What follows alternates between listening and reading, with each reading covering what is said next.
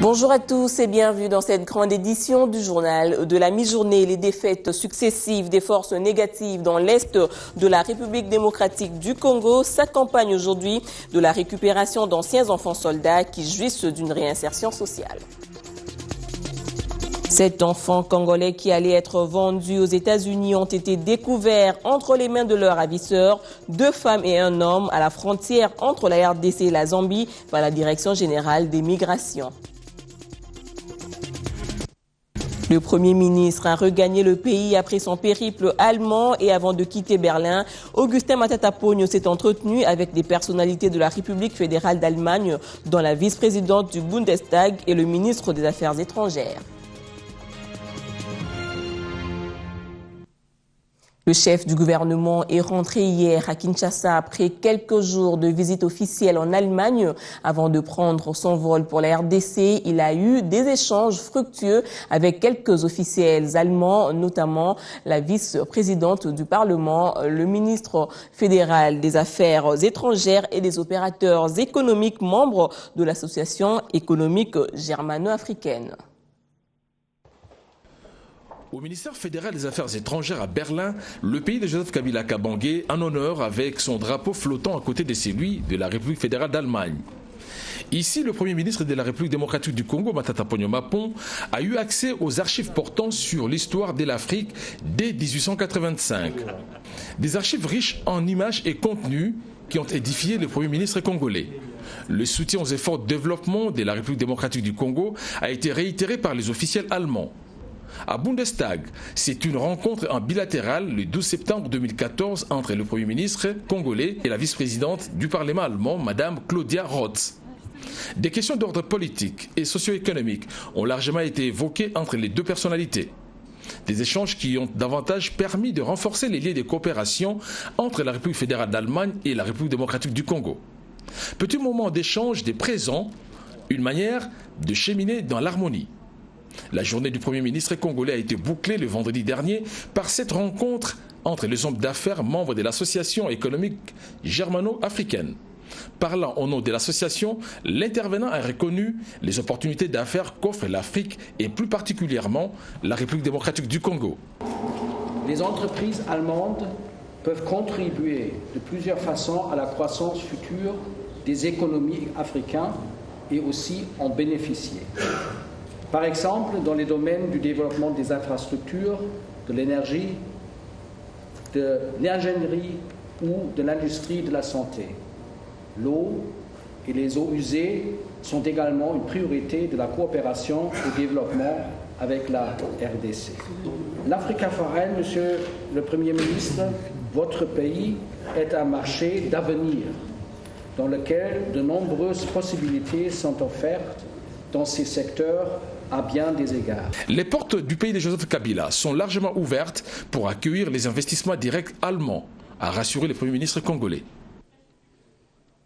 Sur place, ici à Kinshasa, des ministres ont poursuivi leurs tâches quotidiennes et c'est ainsi que le ministre des Infrastructures, Travaux publics et Reconstruction est descendu hier sur la place Royale se rendre compte de l'évolution des travaux de réhabilitation des immeubles de l'État. Les travaux confiés à 3 entreprises distinctes évoluent de manière appréciable et devraient être achevés en début de l'année prochaine. Actuellement, s'effectuent des travaux de finition intérieure. Commencé le 5 mars 2014 sur financement du gouvernement de la République, les travaux de réhabilitation des immeubles de la place Le Royal sont prévus pour durer 11 mois. L'objectif est d'y installer au final certains ministères avec leurs administrations pour assurer une productivité plus accrue. Samedi 13 septembre, le ministre en charge des travaux publics y a effectué une visite d'inspection. Il a pu constater qu'à l'heure actuelle, les travaux de démolition de certains pans de murs et de construction d'autres en vue de modifier ces immeubles qui jadis étaient à usage résidentiel en bureaux sont terminés et c'est les finitions intérieures qui occupent présentement les ouvriers des 3 entreprises titulaires de ce marché. Câblage, tuyauterie posée, dans la plupart de ces bâtiments, l'on pose déjà les portes en bois, faits localement en usant du bois appelé kambala. Les fenêtres seront en aluminium et Fridolin Kaswechi a eu l'occasion d'en apprécier quelques échantillons. L'on sait également voir dans tous ces bâtiments la pose des structures qui porteront les faux plafonds. SZTC, firme chinoise, Sogedi, société de droit italien et EGC, entreprise congolaise, rivalisent d'ardeur pour boucler ce chantier dans les délais. L'opposition tenait à manifester hier contre la révision de la Constitution, une question qui n'intéresse nullement la nouvelle société civile congolaise. Jonas Tchombela rejette même la démarche des autres membres de la société civile qui mènent des consultations à ce sujet. Notre débat ce matin est axé autour de 2 points. Le premier point, c'était le point lié aux consultations qu'une fraction de la société civile est en train d'amorcer actuellement. Nous avons regretté que cette consultation soit des consultations qui sont menées sans qu'il y ait débat au sein même de la société civile, ce qui crée quand même une sorte de désordre, parce que nos collègues du Katanga, vous avez suivi, qu'ils ont fait une déclaration contre la révision constitutionnelle, nos collègues de par-ci par-là, ils disent que nous soutenons, voilà, alors que nous devions harmoniser le point de vue à l'interne pour que finalement les autoritaires ne soient favorables. Mais si il peut y arriver qu'il y ait consensus autour de la vision constitutionnelle, là, la nouvelle société civile congolaise attire l'attention, on ne fera jamais une révision sélective. On choisit quelques articles qui arrangent la classe politique. Quant à la jeunesse qui s'était retrouvée contre gré et dans les rangs des rébellions, l'heure est à la réinsertion sociale dans le Nord Kivu. La représentante personnelle du chef de l'État en matière des violences sexuelles et recrutement d'enfants a été dans la province où elle a rencontré des ONG qui s'occupent des anciens enfants soldats. Ces organisations ont fait savoir à Janine Mabunda qu'elles étaient confrontées au manque de financement. Nord Kivu après la guerre. L'heure est à la reconstruction sur plusieurs plans. L'objectif ne sera atteint sans la mutation des acteurs, dont les enfants. Il s'agit des ex-rebelles recrutés par des groupes armés FDLR et alliés. C'est grâce au programme d'aide enfants que les enfants autrefois en conflit avec la loi sont réinsérés dans la société. C'est un processus à suivre. Nous avons accompagné 735 enfants, mais en territoire de Nyiragongo, c'était 223, dont 46 filles, sorties des forces et groupes armés. Et pour cette année, nous sommes avec 183 enfants et 50 pour les activités scolaires et 133 pour d'autres activités, notamment les activités génératrices de revenus et l'apprentissage des métiers. DDR2 souffre de financement et espère qu'avec la mise en route du DDR3, la situation se décantera. Le programme DDR, c'est un programme national et nous travaillons avec les officiels. Nous avons l'unité d'exécution du programme national DDR qui est représenté à Goma, qui a un bureau à Goma, l'UEPNDDR. Et nous avons la MONUSCO qui a une section de protection de l'enfant avec lesquels nous travaillons et même la 8e région militaire. Il y a un temps de questions qu'on pose pour savoir si réellement l'enfant est passé par un groupe armé pour le certifier comme enfant associé aux forces de l'armée. Et c'est à partir de cette certification que l'enfant peut accéder à une attestation de sortie officielle qui est signée par le commandant de la région militaire. Lors de sa visite d'inspection, la représentante personnelle du chef de l'État sur les violences sexuelles et le recrutement d'enfants a aussi échangé avec des filles mères de suite des viols répétés, lesquelles sont prises en charge dans des centres spécialisés. J'ai été atteint d'une maladie. Elle a été atteinte de fistule. Poursuite du processus électoral, les mandataires des partis politiques accrédités à la CENI ont achevé leur formation sur le renforcement des capacités en matière électorale. Après 3 jours des travaux, ils sont maintenant outillés pour comprendre ce que c'est des élections libres et transparentes. L'avenir des élections apaisées reste conditionné par l'implication de toutes les parties prenantes au processus. Et pour leur permettre d'avoir le même vocable, même idée et dans la même logique, les mandataires des partis politiques ont 3 jours durant renforcé leurs capacités. Justice électorale, contentieux, sécurisation des élections, régulation des médias et genre. état des lieux du processus électoral, planification stratégique des élections, des matières abordées par des experts. Je leur ai montré que le temps était un facteur important dans la planification et qu'ils devaient suivre toutes les phases, les 8 phases du cycle électoral, en tenant compte du cadre logique de la planification avec une gestion axée sur les résultats. Et pour cela, il fallait tenir compte de quelques indicateurs, notamment les indicateurs de réalisation technique, les indicateurs de réalisation des résultats, les indicateurs de faisabilité technique, les indicateurs de faisabilité financière et procéder aux évaluations à mi-parcours pendant les processus. Des échanges et analyses qui servent d'astuce aux séminaristes de réajuster leurs donnes et amener les partisans à un vrai civisme patriotique. Cette formation nous permet de nous échanger, de nous dire les choses telles qu'elles sont, d'analyser les irrégularités des 2 élections dernières et de réajuster certaines choses. Les partis politiques ont des devoirs à accomplir, la CENI tout de même. Le processus électoral, ce n'est pas l'apanage d'une simple catégorie des gens, d'une certaine catégorie déjà, cela doit être l'apanage de tout le monde, c'est-à-dire qu'il doit y avoir l'implication de tous les acteurs politiques pour que ces processus se fassent dans un climat apaisé. Et les 3 jours que nous venons de passer avec la CENI ont été enrichissants pour nous. Dans l'élection, on nous dispense les cours, mais c'est aussi le travail des partis politiques qui doivent comprendre que la participation féminine est une exigence du développement. On ne peut pas comprendre ou bien croire que la notion de genre, c'est juste un avantage qu'on accorde à une femme. Ces travaux clôturés ce samedi sont sanctionnés par des pertinentes recommandations pour la construction sociale du processus électoral, tenant compte de tous les acteurs selon les spécificités.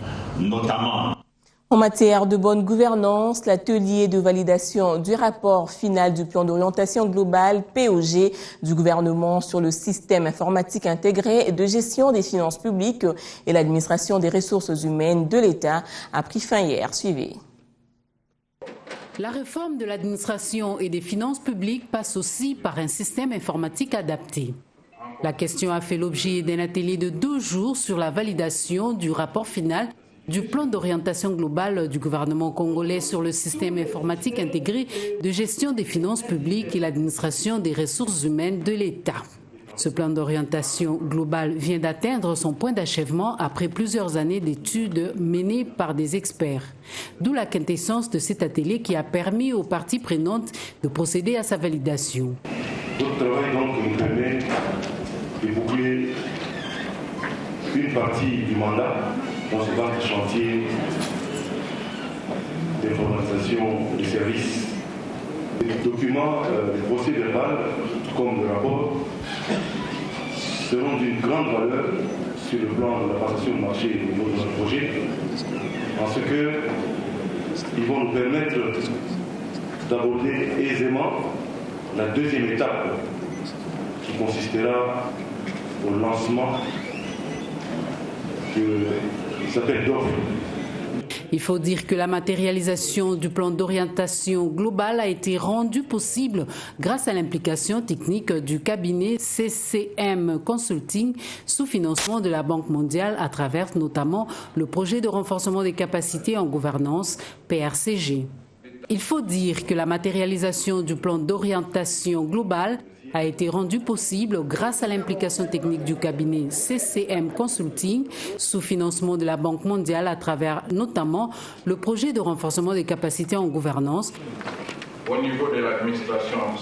À la vice-primature en charge du budget, les syndicalistes de l'administration publique sont allés hier solliciter la suppression de retenues à partir des salaires des fonctionnaires sur des impôts et frais de bancarisation. La promesse de Daniel Mukoko de tenir compte de leurs avis les a amenés à annuler le sit-in qu'ils projetaient d'organiser mercredi prochain.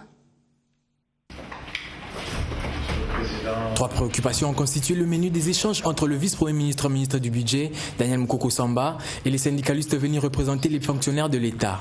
à savoir l'augmentation de leur salaire mensuel prévu dans le budget en cours, la surséance de l'impôt sur le revenu ainsi que la retenue sur les frais bancaires. Le vice-premier ministre et ministre du budget vient de nous rassurer qu'au mois d'octobre, ces 17 000, qui est une libéralité parce que ça n'a pas été négocié par nous, seront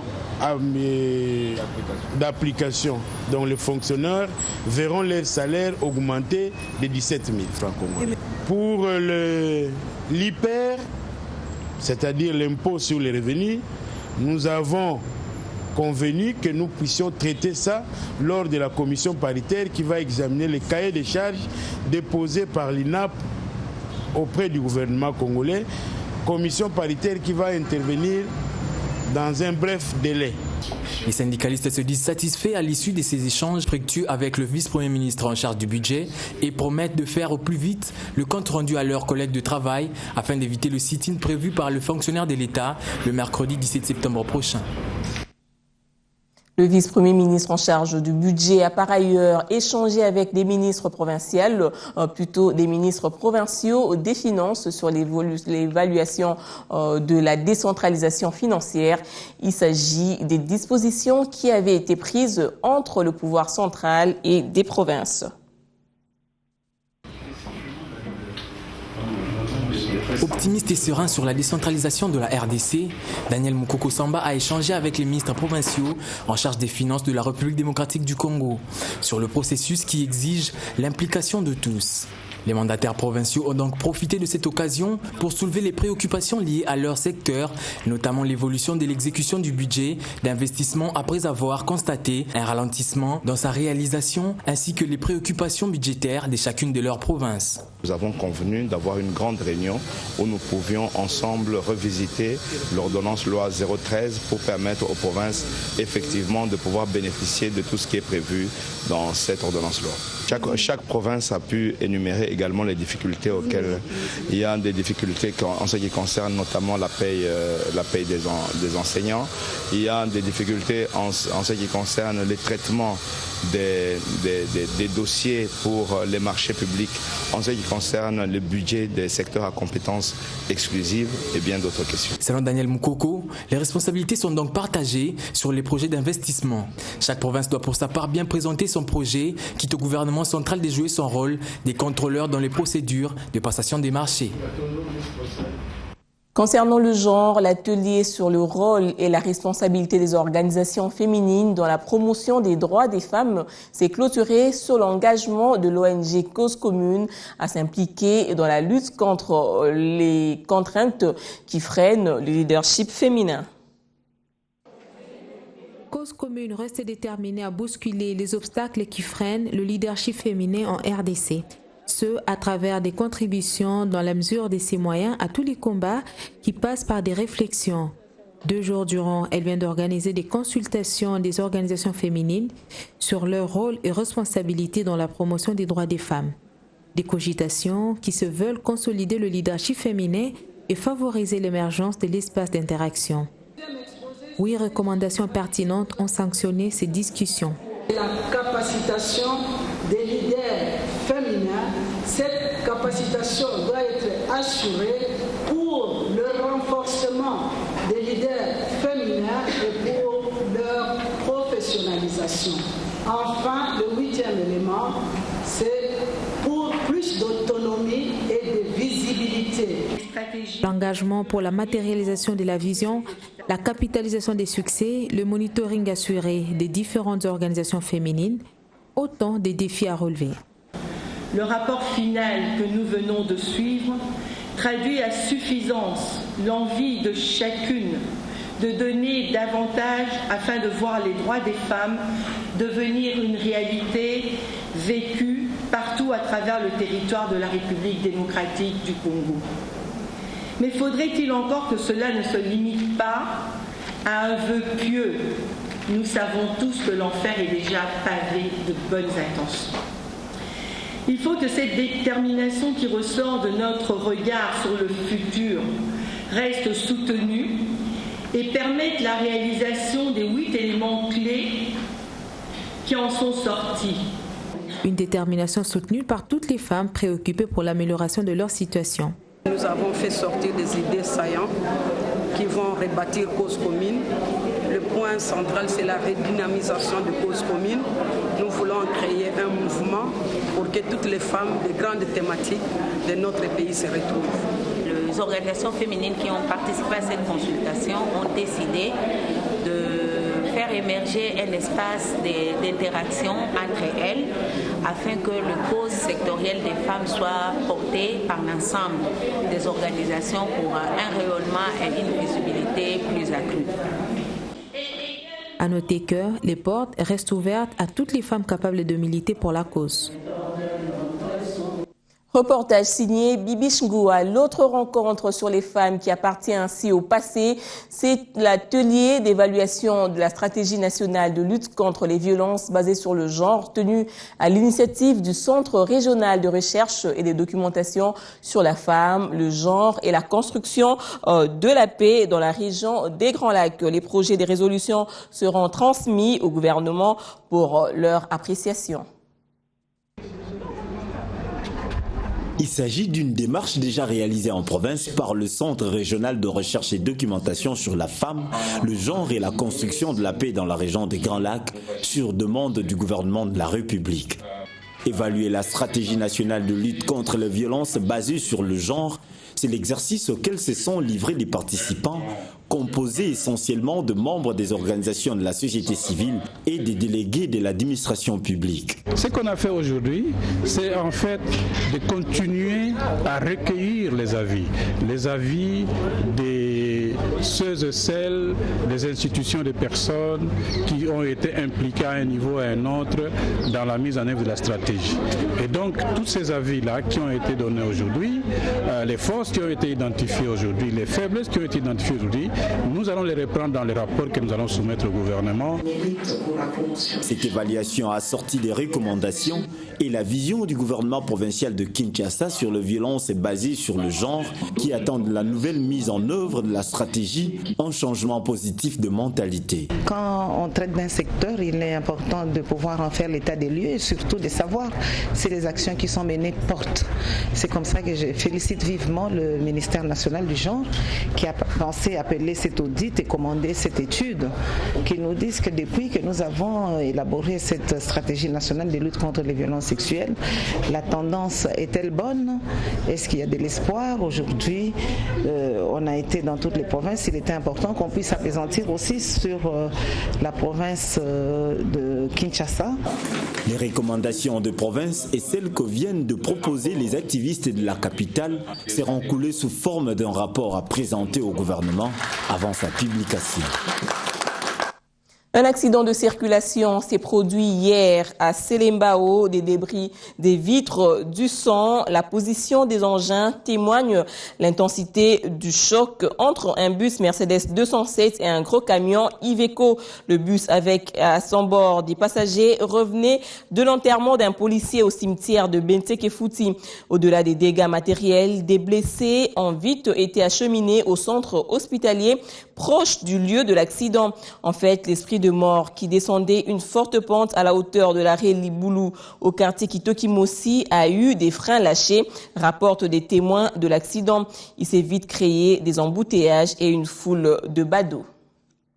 D'un accident à un autre, la route nationale numéro 4 a été momentanément barrée hier à la hauteur de la localité de Mbaou, à environ 20 km du nord de Beni, dans le Nord Kivu, par des femmes, des militaires qui manifestaient contre la mort par accident d'un militaire. Erika Smouissi.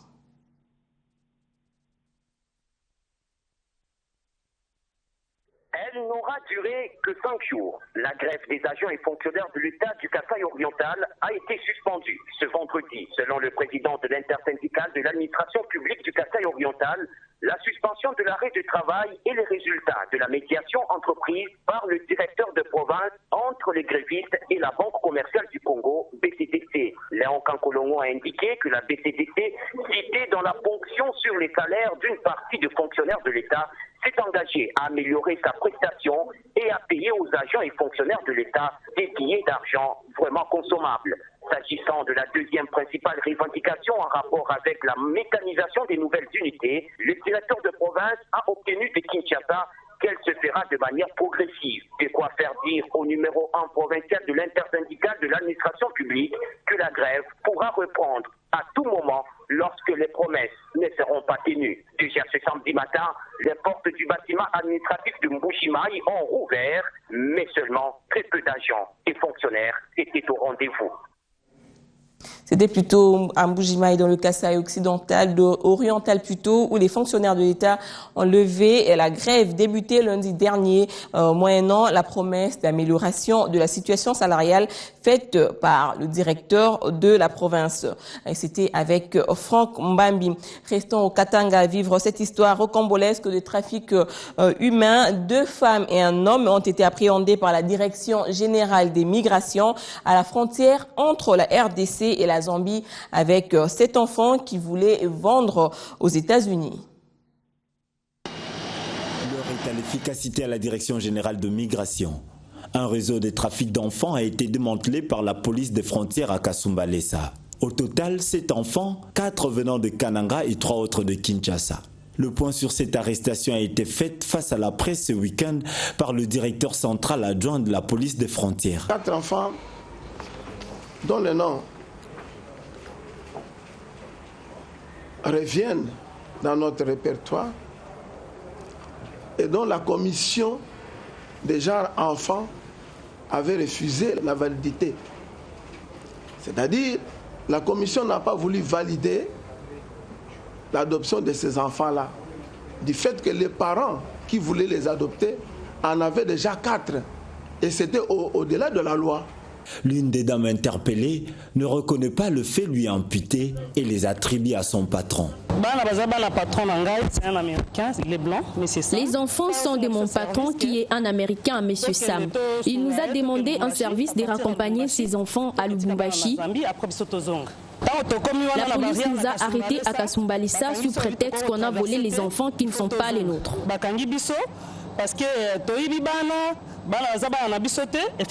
C'est un joli coup de filet de la DGM qui doit fournir plus d'efforts pour mettre hors d'état de nuire tous les trafics d'êtres humains. Et voilà, c'est la fin de ce journal. Merci de rester branchés sur B1 Télévision. Bon dimanche à tous.